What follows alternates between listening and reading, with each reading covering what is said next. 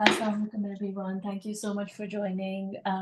We're going to be using this book, The 99 Names of Allah, that is guiding us through these sessions that I'm running.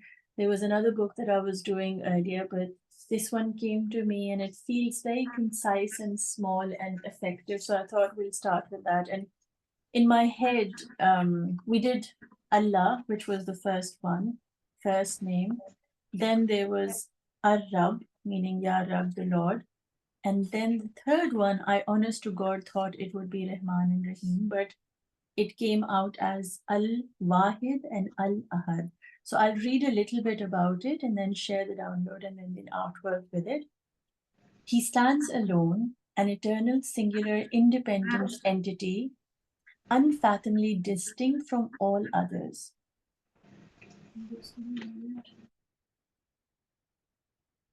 He is unparalleled, distinguished by his attributes, deeds, and sovereignty.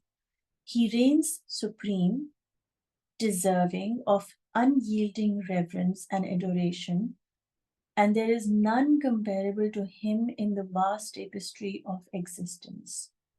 Now, we know the names Ya Wahid and Ya Ahad, the only one and the one and only. It's so profound how Allah, through every name, brings us one step closer to Himself and to our own selves. I have this understanding the moment Allah tells us about Him, He's also telling something about ourselves to us. And that's where the whole Khuda se khud tak ka rasta, khud se khuda tak ka rasta, which seems very like give and take kind of thing. So when we spend time understanding Allah's names, we're actually trying to even understand His creation, which is you, me, and the universe. The number of times this name appeared, Al-Wahid, in Quran is 22 times, and Al-Ahad appeared only once in Quran. So the evidence for one of the evidences for Al-Wahid is in Surah Al-Rad, 13th Surah and the 16th ayat, and Surah Ikhlas for the Ahad, and that is 112 and the first ayat. So just so that you guys can know. And what's super interesting is that I calculated the date today, which is the 6/9/2024. When you add the numbers, it comes to 23. And both these names, the number of times it's mentioned in Quran, 22 plus 1, is also 23. So when these sort of synchronistic things happen in our life, it's kind of guiding us that we are on a certain path towards His light and we are where we're meant to be. So we need to just relax, chill, and take it as a blessing that He speaks to us through these little signs and symbols. Because Allah does speak to us through signs and symbols only and only if we are open to it. It's really interesting. It just hit me that I put on my alarm today for 5 o'clock in the morning. And the number 2 plus 3 also comes to 5, which I never ever do in my entire life. I've never woken up this early just to write down about this name. And I was made to literally put the alarm. I woke up for an hour, 2 hours, and then I slept back again. So this, all that I'm going to read to you came to me in the very, very early hours. And I'm hoping and praying to Allah that whatever I've written makes sense and reaches a heart and brings some kind of peace in it through this text that I will be sharing with you. So in this part of the journey, just sit there, do whatever you need to. You can listen to it. You can just put it on and let the words kind of wash over you. So Bismillahirrahmanirrahim. He is the one, the supreme and irresistible. This is the ayat, Surah 13 and ayat 16. He is Allah, the one and only. This is from Surah 112 and the ayat 1. When we think of Allah as one, we surely are thinking it. But to fully believe it, we need to understand why He constantly reminds us of being the only one. Since you're a little person, like when you were born, the one thing that we've been told about Allah is He is one. Now, all of us understand that part. Yes, He is one, Allah is one, there is none other worthy than worshipping and all that. But to truly, that is something that we are taught, which means that we start thinking it. But to truly believe it in your heart, you have to experience Allah, get to know Him better, to understand why is it that He constantly reminds us of being the only one. By telling us He alone is the one, He wants us to have clarity on who to focus on. And so we consciously and unconsciously don't compare Him to anyone and commit shirk. One of the heaviest sin that one could commit is to believe in somebody else other than Allah as their guardian, healer, or whatever, provider, protector, and all that. It is one of the biggest, heaviest sins that a soul can commit is to compare Allah with anybody else. And so, by telling us that He is the only one and only God, He wants us to have this clarity so that we can focus on just Him. And this needs to be done consciously, like in our daily life routine, and unconsciously, like even when we are sleeping, when we lie down, our bodies, minds, everything needs to be very, very aware that there is nobody who will wake you up the next morning. The one who gives you the sleep, the one who wakes you up, the one who actually makes your whole body work, everything needs to be run by Him and Him alone. And so we have to be very conscious and also unconsciously very clear that there is no comparison of Allah. And when He is calling Himself the One, He wants us to have the clarity so that we can focus on only and only Him. When He says He's the only one, He also is telling us that there is no copy to Him. He can't be copied or cloned. He doesn't follow anyone. His existence doesn't depend on anyone believing or not believing in Him. He exists as one, supreme and irresistible. Most times when you think about ourselves, we look at somebody and they wear a certain color and we say, oh, how nice does this color look? It'll look good on me also. I'm going to go and get myself a white shirt because so and so looks good in white. So we try to copy, we get inspired, we want to be like others. Oh, that's in fashion. Let me go get those earrings, right? So there's always this we do admire beauty, we love looking at each other, and we do copy each other in some way or form, right? But when it comes to Allah, and He says, I am the only one, He's very clearly telling us that there's no copy to Him. There's nobody who can copy Him. He can't be copied, or He can't be produced or cloned. Like you can't have three Allahs.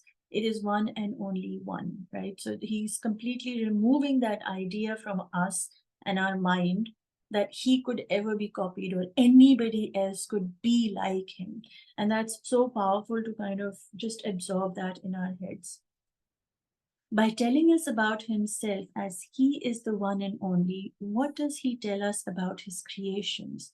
Every time Allah tells us about Himself, He's actually telling us something about ourselves and the creation, meaning the universe, the sun, the moon, the trees, the animals, and all that sort of stuff.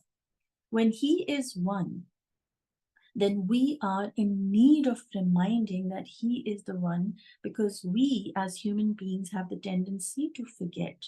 We get distracted and attached to many other forms of illusionary gods. So by calling Himself one, He wants us to know He wants us to know to remove anyone and everyone from our priority list, so that what is left is just Him and the focus on Him alone. Because we are humans and we have the tendency to, like I said, copy each other. We look at somebody and say, oh, he is giving me this or she is doing that for me. And we kind of depend on these people. Whereas Allah, when it says, I am the only one, we have to He pulls us away from illusionary gods like I could become a god for somebody. Like, people go to shrines and things and stuff. I'm not saying I'm God. I'm just giving an example that we start looking at people when they do something for us as our illusionary gods. But in reality, it is Allah who's doing it from behind them. So when he says, I am the only one, he's helping you and me understand to remove everybody from our priority list and very clearly focus on him alone. Why does he want us to be reminded that he is the only one and only? So Allah, why would Allah need to call him one? We all know he's one. He could just place that seed in our hearts and we could just say, Allah is one and not worry about it. But he truly wants us to be reminded again and again. Varna, why would he, Bachpan, say, like, why would we hear this from our childhood saying, he is one, he is one, he is one? He wants us to never forget that. And why would he want us to do that? So that we don't get attached to this dunya and we keep coming closer to him and staying closer to him. It's one thing choosing to be close to him, and it's one thing to work on constantly wanting to be near him. And so what happens is we think, oh, I'm great, I'm pious, I'm doing namaz, I'm doing this.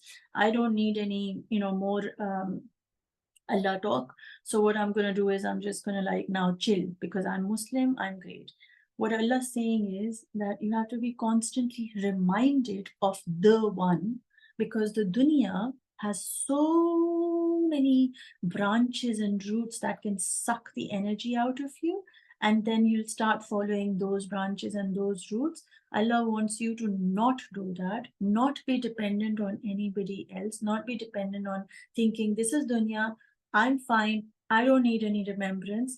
And so you'll get attached to the dunya. So he wants you to be reminded again and again, he is the one, so that you don't get stuck in the dunya alone and you constantly keep rising yourself closer to him. If he didn't tell us he was one, we would be so lost in trying to search for him and get attached to worldly figures and idols. So to help us, he told us the only one is him, so that there could be no confusion and no comparison. The reason he says, I am one and only, is so that he can give you the peace of mind. Okay, don't go looking for me.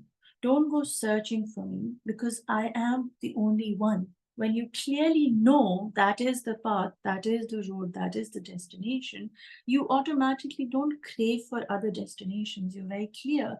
Okay, you don't think about, do I go right, do I go left? You know, I have to go straight. That's where I'll find Allah. And so he removes all the confusion from your mental space. Allah is the only one. Then how will his creation be? So when we think of Allah and he says, I am the only one, then what he creates also reflects who Allah is, meaning one of the kind. Allah can't be copied, Allah cannot be cloned, Allah cannot be like multiplied into 10 Allahs, right?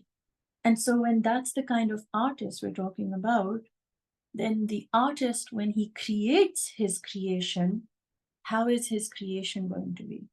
One of a kind. When the artist is at peace, he creates paintings and artworks that are seen by the viewer, and they makes it peaceful. So if I'm painting a picture out of anger, for example, I'm expressing my anger or resentment or whatever, the person who will view it will feel that anger, will feel that resentment or whatever it is that I have expressed in my artwork. So whatever is inside me is going to come outside of me through my art, through my creation. So when the jug holds orange juice in it, that is what gets poured in the glass, orange juice. You can't pour apple juice out of a jug which has orange juice in it. So whatever's inside you is going to be poured outside. So whatever Allah is saying about himself also reflects about what he creates. So by knowing he is one, we understand when he created us as one too, meaning original, no copies, no replicas that can ever be created. It is so powerful when you think about it. You are only one and only. That's it. There is no other being like you. There is no other being ever going to be like you. So that means that he's put in a lot of effort in creating you because you are just the one. Why does he need us to know we are original and there is no one like us? To show us that each creation of his is valuable to him.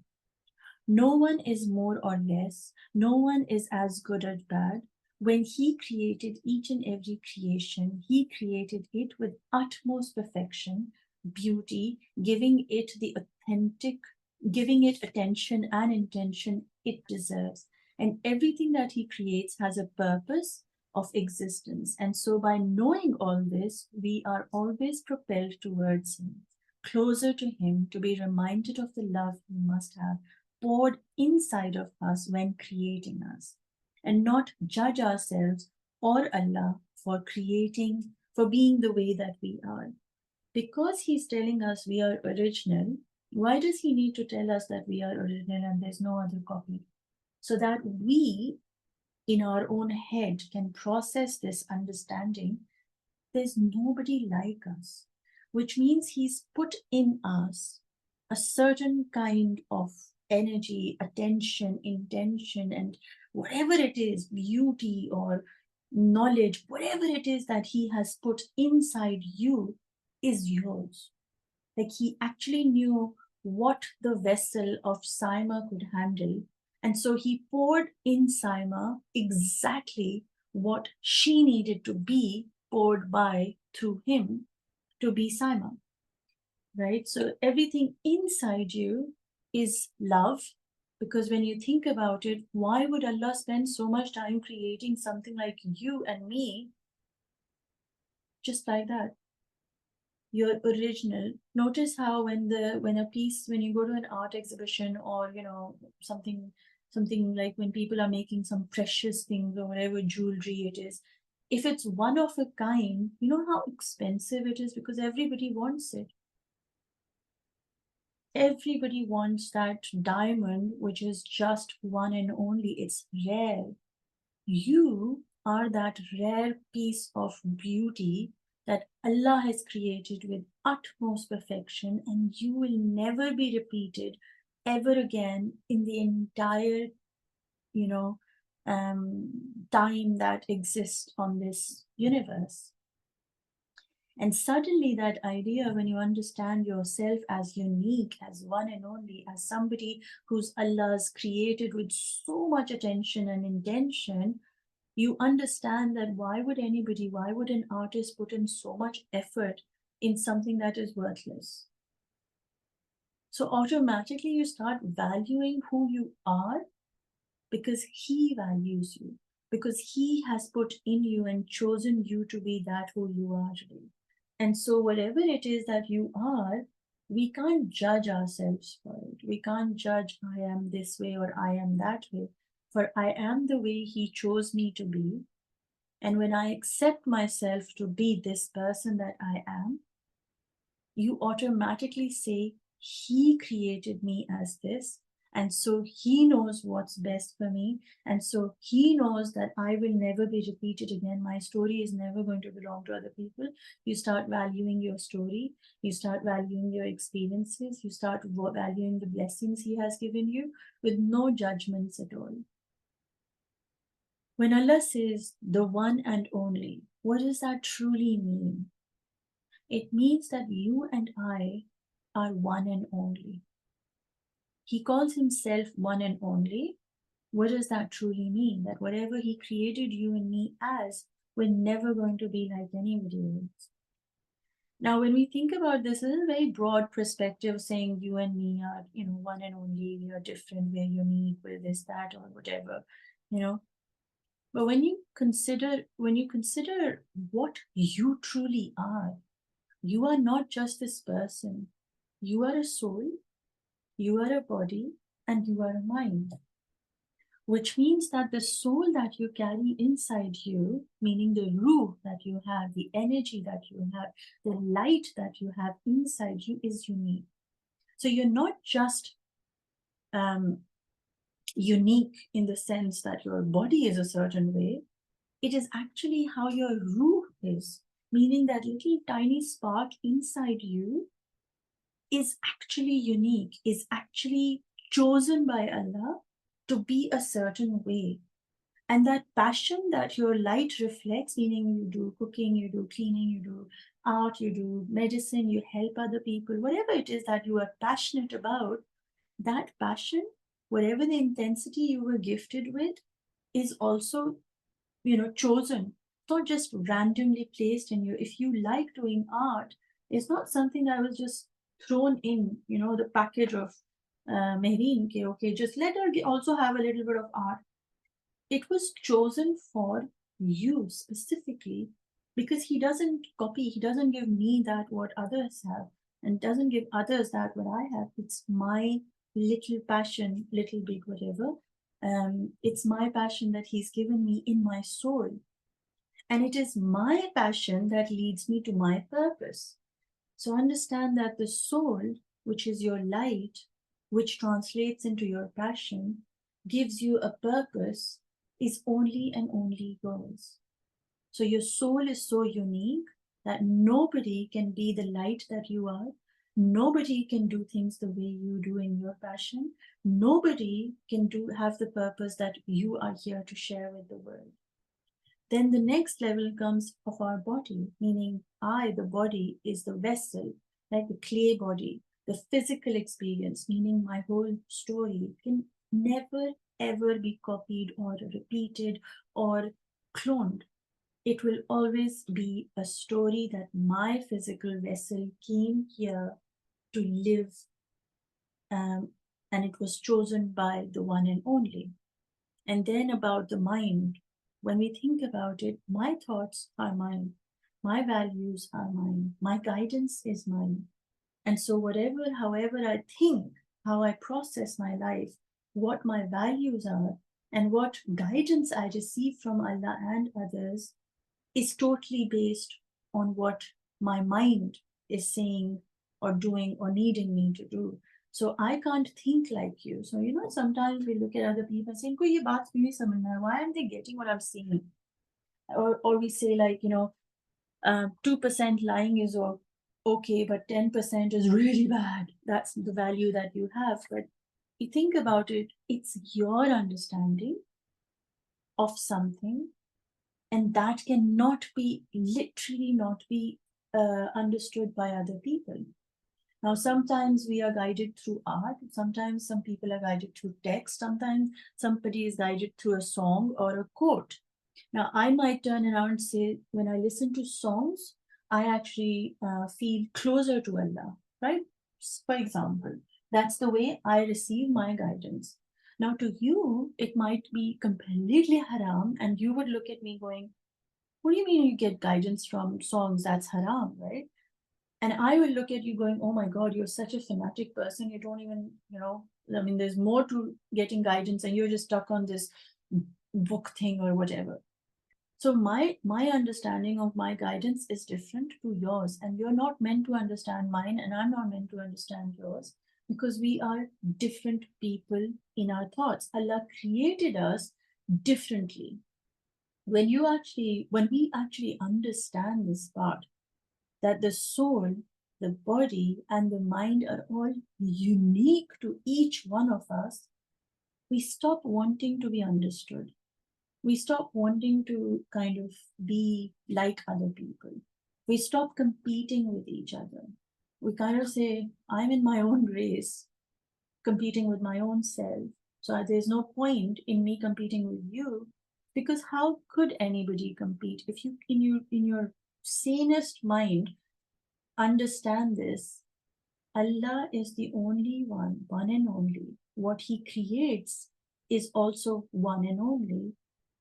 And that what He's created you and me as, which is the soul, body, and mind, all three are going to be one and only. So how can I compare my soul journey, my purpose, my body shape, or my thoughts with you or anyone? Because they're all always going to be unique. We are all unique. Me, you, everyone, and everything. Now we're looking at humans as a creation because it's you and me. But I want you to think about the stars, think about, expand your um, awareness into everything. Like every single air molecule is different. Every leaf operates differently. Every flower is one and only. Every bird chirps a song that is one and only. So at any level you go, you're going to find, and you can go into the vastness of things, or you can really contract and come inside your body. Like your liver cells can never be the liver cells that I am born with, because we are all one of a kind. And at so many levels, you realize that He's created you and me individually, unique, from the core inside out. And that automatically wants you to know that He wants you to know that there is no comparison for you. There's no better or worse than you. Your sister being accomplished in blah blah things, or your sister not being accomplished in blah blah things, doesn't matter, because you are you, she is she. That's just the way story goes. There's nothing to do, like there's no comparison that she has 5 kids and you have none, and you start comparing yourself. You can't, because you are one of a kind. And that's what really helps us to not have that envious or jealous feeling towards other people, because everybody has their own journey. The soul that I am is one. The body that holds the soul is one. The mind that receives this experience of being human is also one. I am one human being created by the creator who creates, who is one himself. So you automatically start valuing your soul because it's so unique. Your body, which is so unique, and the mind that is so unique also. No one's soul, body, or mind can ever be the same like the other. There can be similarities, of course, but never ever the same. That is so profound. It just relaxes you into saying, hang on, I don't need to have all these social status symbols of the world to say I am at the same speed as other people, because you are one of. So when we fully absorb the understanding of Ya Wahid and Ya Ahad, we realize how unique we are at soul, mind, and body level. You see, by saying, oh, I am unique, we're just kind of taking it as a bigger picture. But Allah's taking you inside every particle of yourself and saying your cells, every single cell is unique. Every single vein is unique. So next time you're sitting with yourself, I want you to really understand Ya Ahad, Ya Wahid is telling you that the vein and the arteries inside of you are a reminder of Him being one and only. That is how unique you are to Him. That is how special you are to Him. That He didn't even give you a tiny vein that was a replica of somebody else's vein. It's so incredible. At every level, He has given you, created you with original parts in yourself, in your soul, in your body, and in your mind. Each one is valued by Him. Like, imagine the soul. So, for example, we say soul is energy, right? Every tiny molecule of your energy, of your light, of your soul is valuable to Allah. Every part of your body, your fingers, your nails, your arteries, your veins, your liver, your lung, everything is valued by Allah. Your mind, meaning your thoughts, your emotions, your feelings, what you are getting intuitively and otherwise, is all valued by Allah.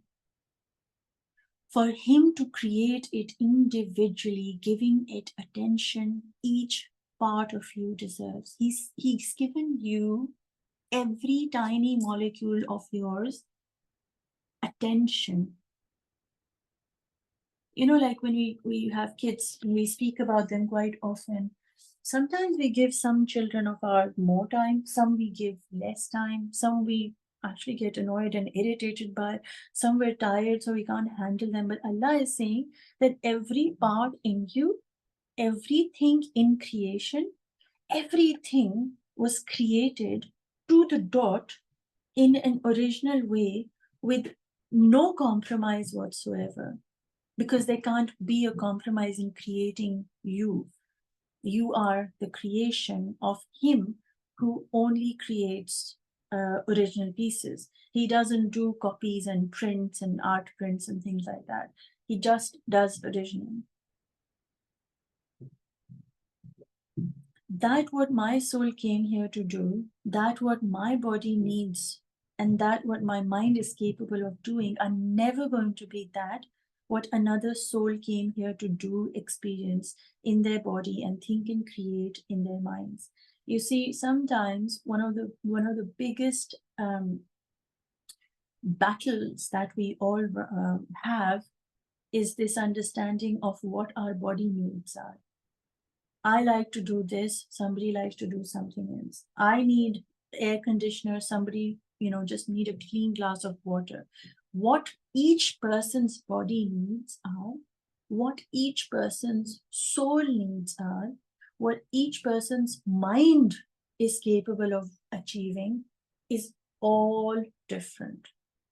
And automatically we start saying, hang on, if we are all different at all these levels, then if my soul doesn't get understood by other people, it's okay, because they actually can't do it.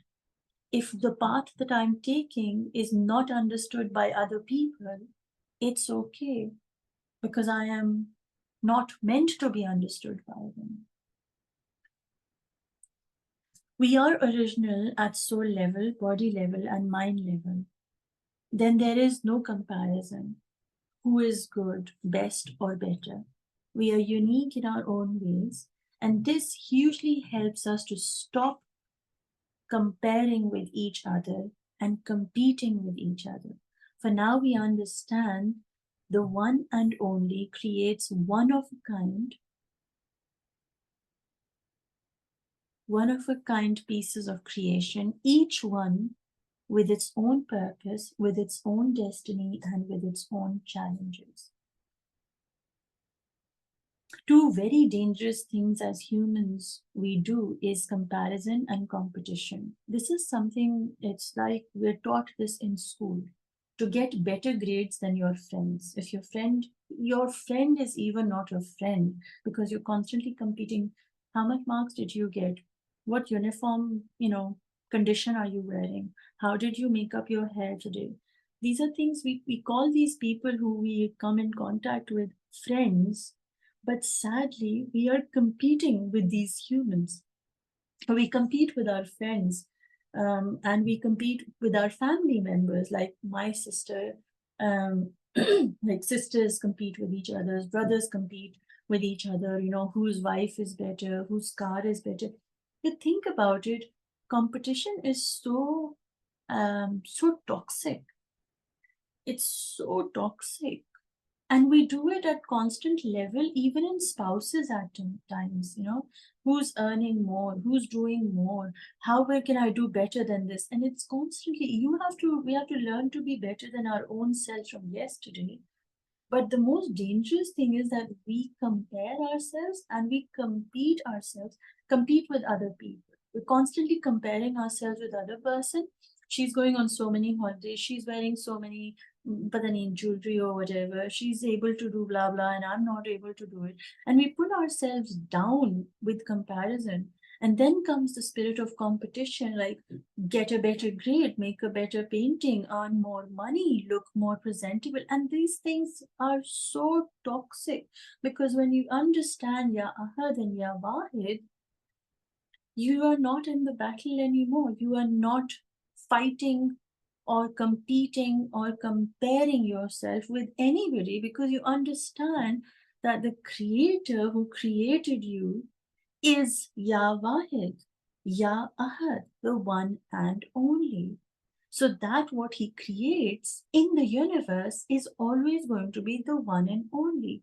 A flower that blossoms is going to look like all the other flowers, but is it truly just that? Is our illusionary vision, that we think, it's just flower, just like the other flower, all the flowers are the same. But truly, are they? And we understand, no, they can't be. And the bee, just the word bee came in, a bee cannot be like a bee, like another bee. How long they'll live, how their wings will flutter, where they will go, what path they will take.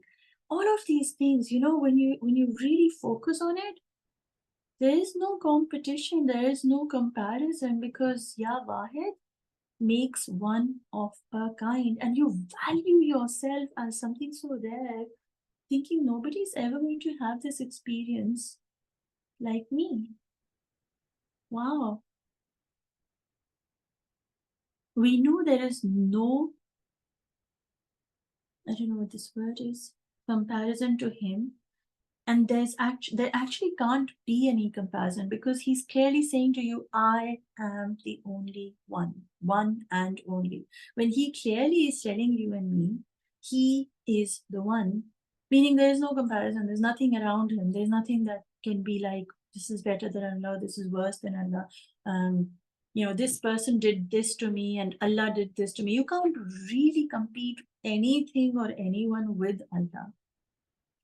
He just completely rises himself to a level and a state where it is beyond mental capacity to understand कि oh अच्छा अच्छा अल्लाह 7th floor पे है और मैं जो हूँ वो -7 पर हूँ. And you're not, we can't be there, these one and only. No other God, no other being, no other experience can even come close to Allah.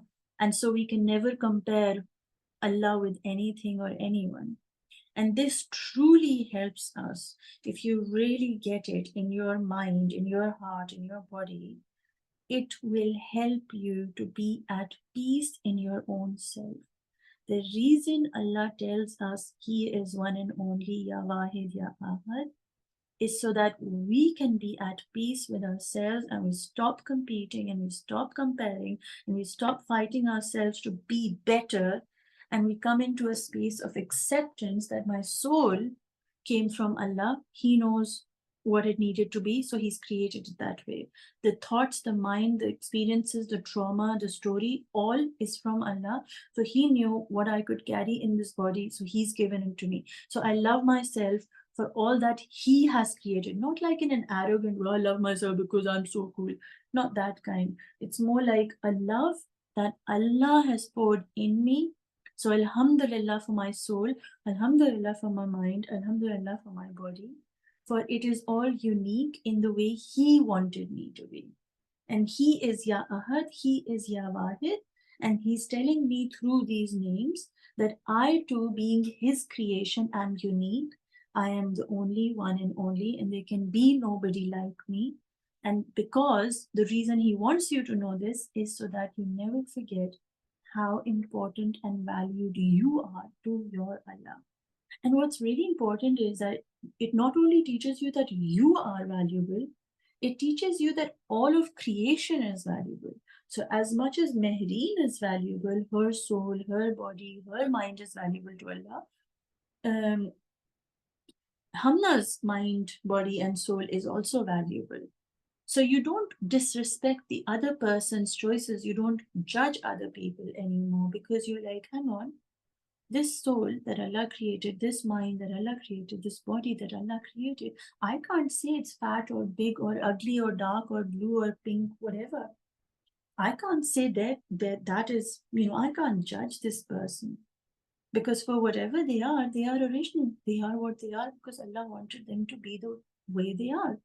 So who am I to judge? And suddenly that just melts you, and then you don't want to compare, you don't want to fight, you don't want to confuse yourself as, hang on, am I better or they're better? If I've got money, am I better? If I'm poor, am I bad? No, nothing of that sort. Allah just brings everybody at the same level and says, you are one and only. Your soul, your mind, your heart, your body are all one of a kind. So don't try to act and be like that model who looks really good on the magazine. Try to focus on what you already have rather than always focusing on what you don't.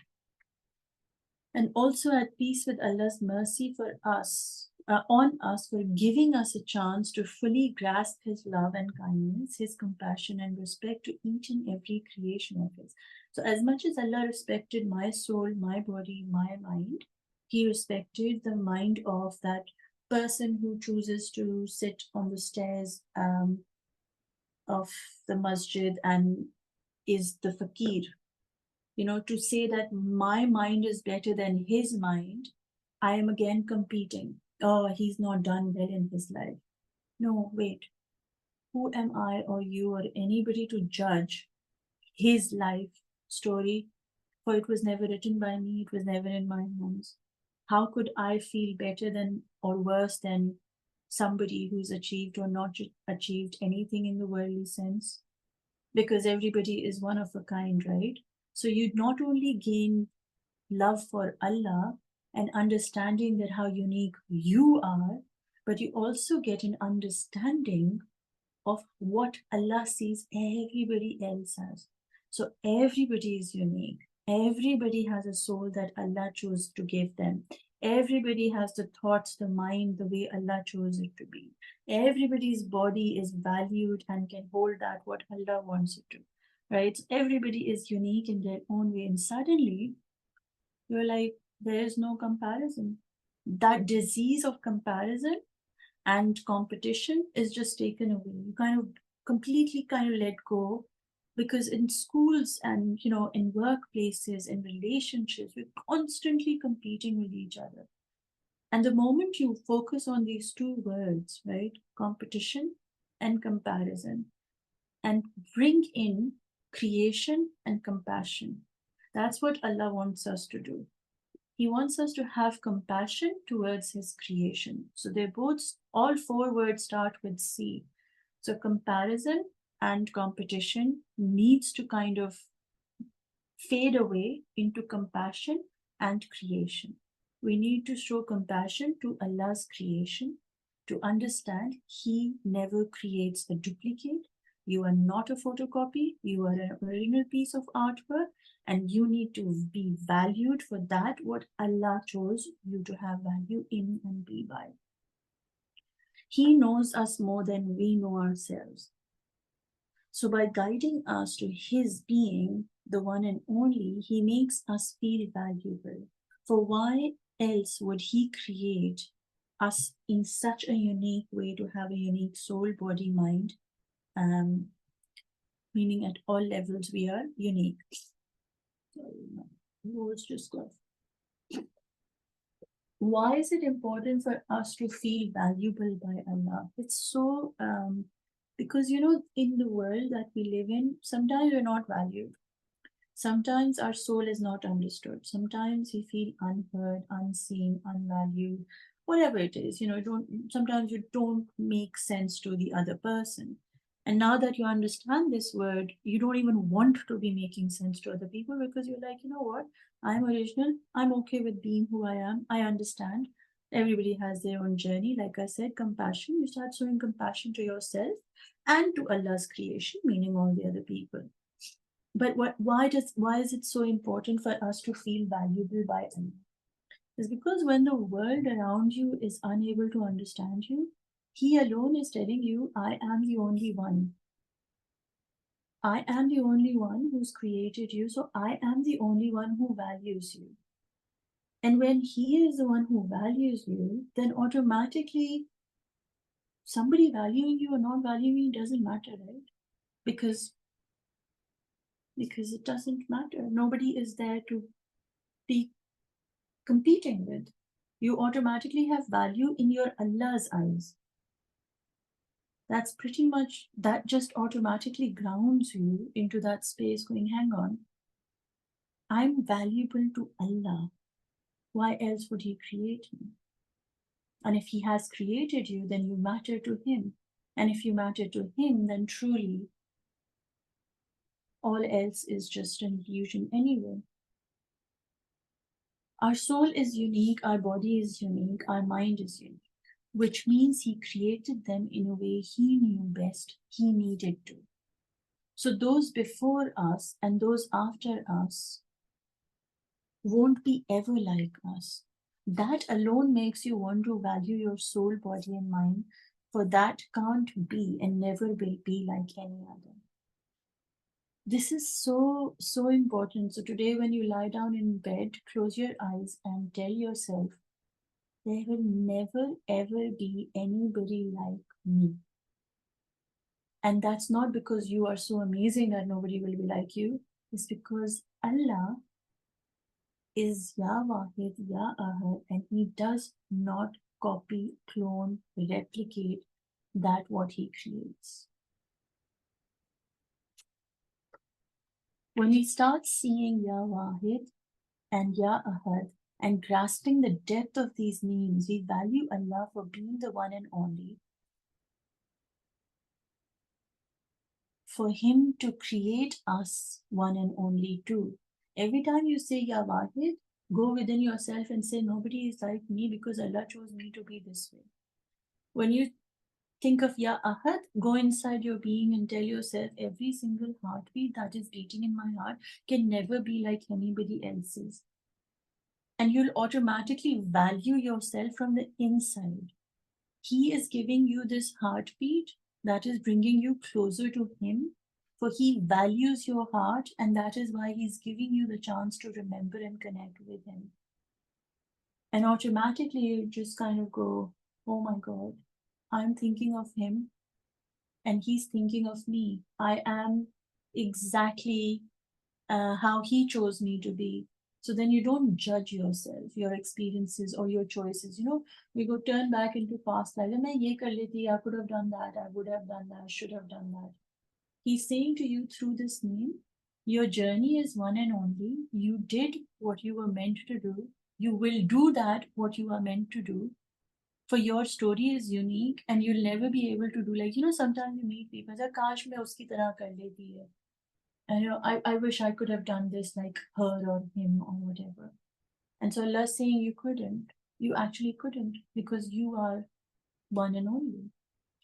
He values us enough to create us this way.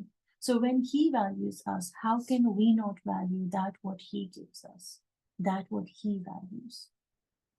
By creating you original, by creating you with attention and intention and detailing you the way you are, He's saying that every single cell of yours, every single molecule of your ruh, every single story, every single day, every single hour, I am writing, I am giving attention, I am prioritizing your story, meaning I am valuing you, Mehreen. How can you not, how can you not value Mehreen? How can you not value Mehreen, your soul? How can you not value your body? How can you not value your mind? If He is valuing you, how are you unable to value that what He values? It's not about you, it's not about your body, it's not about your soul. It's about Him valuing something, and how are we not able to value what He values? He is the Malik, He is the Khalik, He is the healer, the friend that you've always wanted, the one that helps you and heals you, guides you closer to Him, that constantly reminds us to focus on Him and make Him the priority. For He alone knows that nothing and no one can give you the peace that you crave of. For He alone is the Creator, the one and only, the only one who loves you more. And that is why you exist. His love is in the fact that you exist. And He alone is the one you belong to, and to him, inshallah, you will return. Inshallah, inshallah, inshallah. So when we think about body, mind, and soul all being original, we automatically recognize that there is no comparison to us, and it gives us this feeling of relief. Okay, why are we even trying to be like anybody else? You know, the parents actually compare a lot, siblings, teachers compare a lot. We've grown up in environments where we've constantly been compared. Why don't you do this better? Why can't you be better? Why are you not doing this? Why are you not putting this in?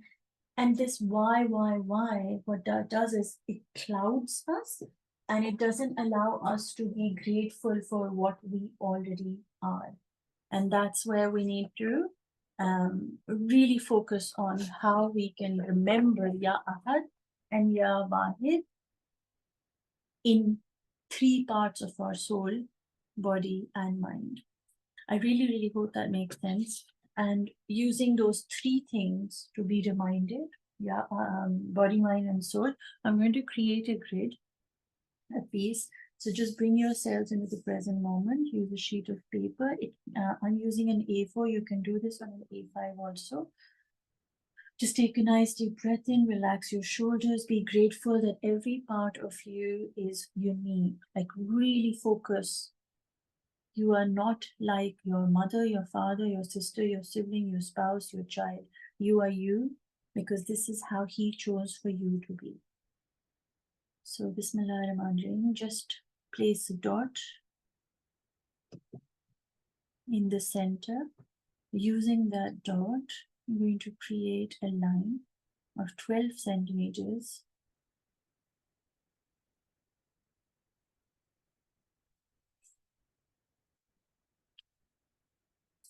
If you can just place your protractor on the center dot and get a vertical line up and down.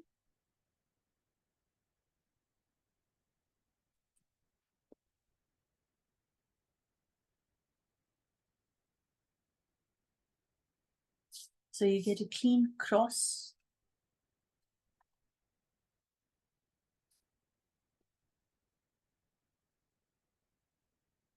If you can take your compass and open it to 3 centimeters. Just measuring the compass. Placing it at the center point. And creating a 3 centimeter. So we all know that our soul was born before our body. We existed as soul, energy, whatever it is you want to call it, before you got into this body, this physical body, right? And we know this because he speaks about us taking the oath and the promise before we became humans. I mean, before we were placed in this physical body. So if you look at this circle, imagine if this is the representation of the beginning of you, which is Allah chose for you to exist, which is the center dot, you and your Allah right in the middle. And your soul was created. The soul has no ending. It's eternal, right? It's never going to die. So it was, it is, and it will be. It's the body that will be removed and left on this planet because it's part of this physical reality. So placing your ruler on your horizontal line.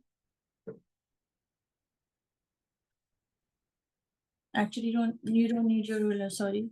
Just use your protractor. And we need to make a square around this. So what I'm going to do is wherever my circle intersects with my lines, vertical and horizontal, I'm going to get a 90 degree on all of those sides. So I'm getting a 90 degree this one, this way. I'm getting a 90 degree for the vertical line, this way. Then I'm going this, where the circle intersects with the horizontal and vertical line for all 4 sides.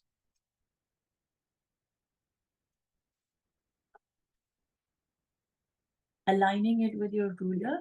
I'm placing my ruler here. This is the intersection. I'm placing it here. This is the 90 degree I got. I'm going to create a line here. The same thing, I'm going to do it on this side.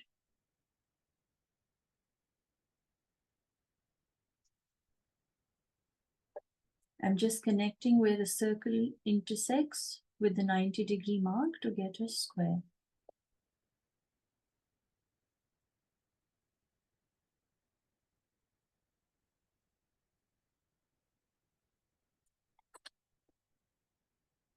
Using my eraser, I'm just going to remove the extended lines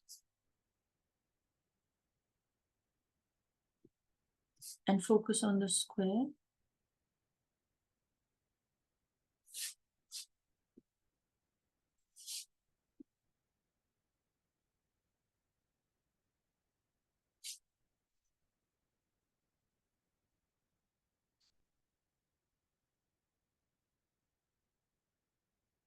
So this was your soul and this is your body.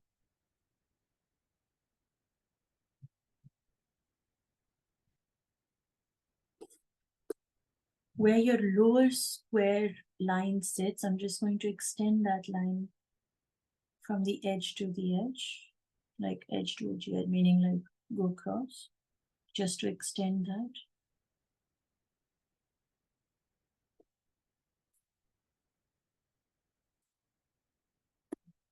So from the lower part, lower point of the circle, which is this part, you need to measure 12 centimeters upwards.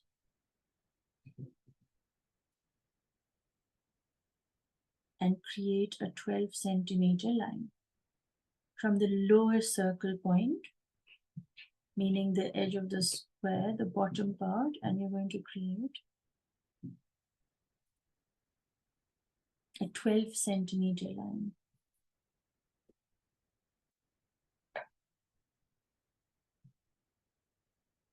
Now, when you look carefully, the top dot will cut through this square and create a triangle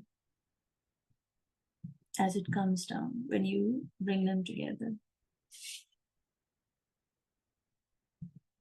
I'm amazed how these shapes, when connected to Allah, they're so simple, but then suddenly they become so profound. It's like they always existed, but then when you connect them to Allah, to Ya Wahid and Ya Ahad, you suddenly see something so like, hey, and it's mind-boggling how so simple something can be, can visually get you so close to Allah. Now, when you look at this whole journey, so imagine this is the higher realm, which is heaven, for example, and this lower part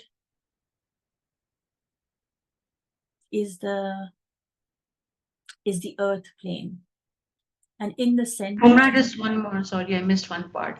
From the middle dot to the top of tip of the, how much is that? it should be 9.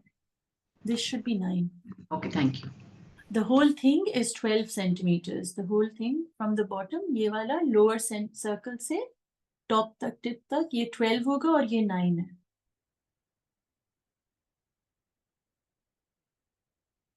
Does that make sense, Neri?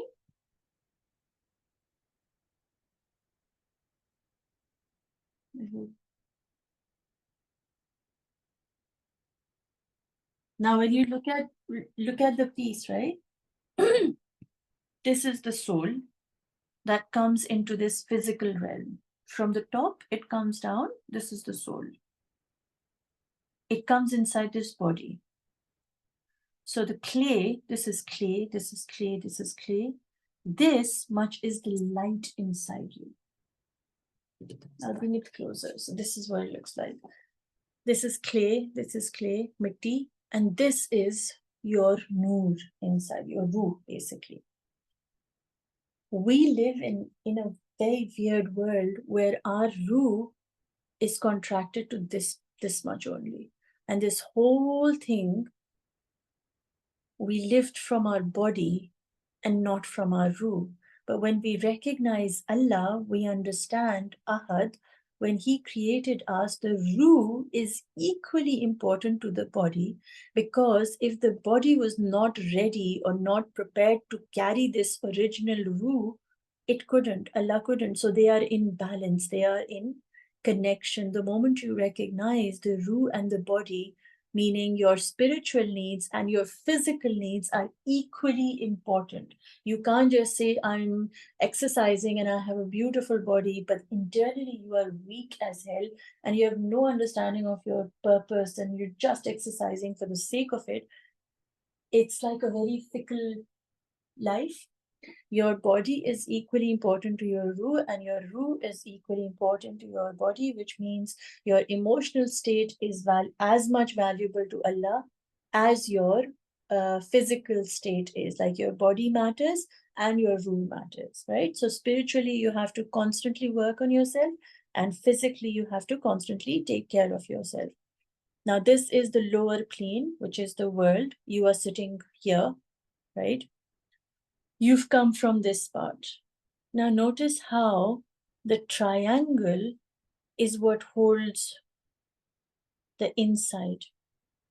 You are held by Allah's protection no matter whatever you are. You stay the body, you're protected by Allah.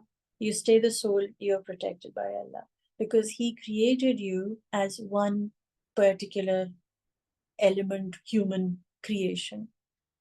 To Him, your body is protected, and to Him, your soul is protected. And what this teaches us is He's asking us to take care of this body because it belongs to Him. He's asking us to take care of this soul because it belongs to Him. And you can very clearly see we are here, temporary, but the point here is where we came from, and we're going to journey back. I just realized this is actually a very profound symbol. Let me just get to it. I think I just saw it this morning. It's so funny. I'll show you guys. I Googled, like, again, this was 5 o'clock in the morning, and this is what came up. The alchemy symbols. I hope you can see it in the screen. For the soul is this. For the mind is this. And for the body is this. And funnily, I didn't even know this, I was doing this. We have it here. We have all three of them.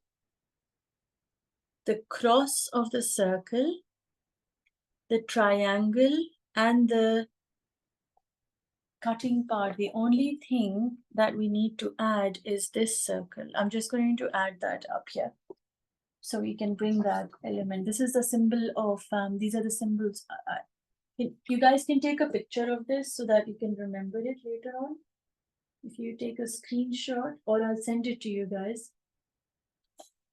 But without even trying, we got led to this because I looked at this in the morning and I said, I can't be bothered putting it all in, so I'm not going to even try. And now I'm doing it with you guys and I'm thinking, oh, ye to khud hi ho gaya. I didn't even try. So I'm just going to add a circle here, just letting you guys know. And that's the symbol of mind. So the body, soul, and mind. I'm opening my compass. It's open till 3 centimeters. I'm going to reduce it and open till 2 centimeters. There's a symbol I kind of got guided to for this exercise, but then it didn't happen. I'll tell you guys about that also. Oh, I need to do it. You need to move upwards. I'll just measure and tell you guys कि मैं कितना ऊपर गई हूँ. I think 2 centimeters up on the vertical line. There you go. So in our body, in our mind, we are all original. And so we have to stop fighting with each other and trying to prove that who's better than the other. I hope that makes sense. And it allows us to be more accepting towards everyone, because now you no more want to be understood and say, why am I not doing what others are doing? And why is the other person not doing what I'm asking them to do? Is because that's not what they are meant to be doing. And there's one more line that needs to go on, guys, which will bring us grounding. This is just to ground us, the symbol. So on your lower line, starting from the center, measure approximately 6 centimeters. It's such a cool symbol. I'm loving it. So 6 centimeters from your center. Use your protractor. Get your 90 degrees just to create a straight line.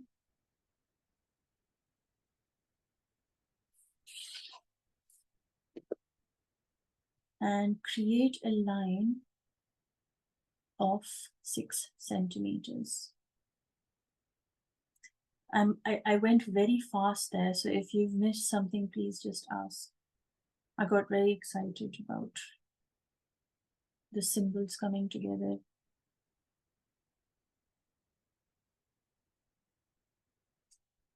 So just a 6 centimeter line.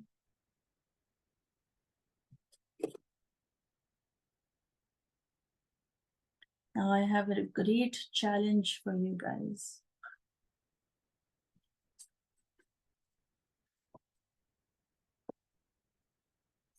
Look, I'm going to do this.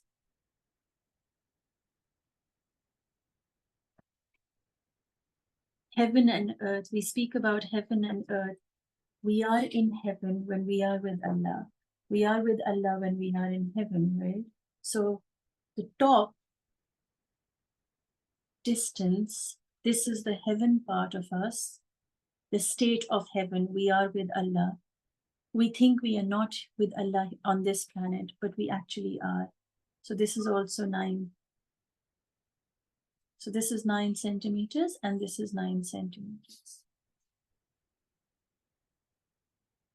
And what's really fun is 9 plus 9 is 18, and 18 is 1 plus 8, which is 9 also. And this is the month, which is 9. So it's insanely cool.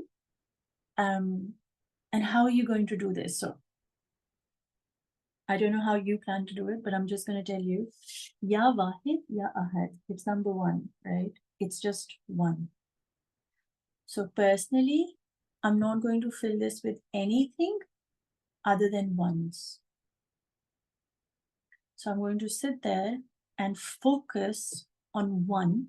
So I could go in circular motion, 1, 1, like, just dots like lines, pathways, 1, 1, 1, 1, 1, 1. And then when I come to this, I'll bring it closer so you guys can see.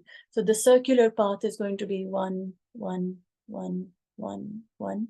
And then the square is going to be 1, 1, 1, 1. So it embeds in my head how unique my Allah is and how unique his creation is.